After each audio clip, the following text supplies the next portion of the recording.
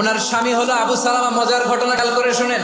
উহুদ যুদ্ধের পরে ওনার স্বামী আবু সালামা ইন্তেকাল করলো, শহীদ হলো। উম্মে সালামা রাদিয়াল্লাহু তাআলা আনহা, ওনার প্রাণ প্রিয় স্বামী আবু সালামার ইন্তেকালের পরে চোখের পানি ছাড়ে আর পড়ে ইন্না লিল্লাহি ওয়া ইন্না ইলাইহি রাজিউন। যেহেতু বিশ্বনবী বলেছেন কেউ যদি বিপদের প্রথম ধাক্কায় পড়ে ইন্না লিল্লাহি ওয়া ইন্না ইলাইহি রাজিউন, আল্লাহুম্মা আজুরনি ফি মুসিবাতি ওয়া আখলুফ লি খায়রাম মিনহা, তাহলে এই বিপদে যে সে যা হারালো তার চেয়ে শ্রেষ্ঠ কিছু দিয়ে আল্লাহ তার বদল দিয়ে দিবে। এই হাদিস শুনে বারবার এই দোয়া পড়ে, চোখের পানি ছাড়ে আর মনে মনে বলে আবু সালামার মতো ভালো মানুষ মদিনাতে নাই, তার চেয়ে ভালো মানুষ কি করে আল্লাহ তাআলা আমারে দিবে, তার চেয়ে ভালো মানুষ তো আমি মদিনাতে দেখি না। কি আজীব তামাশা, কি অবাক করা ঘটনা।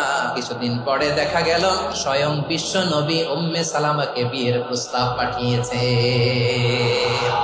উনি রাজি হয়ে গেলেন, বিয়ে হয়ে গেল, উনি হয়ে গেলেন উম্মুল মুমিনিন, আমাদের মা, পুরো মুসলিম উম্মার মা। চিৎকার করে বলেন আল্লাহু আকবার।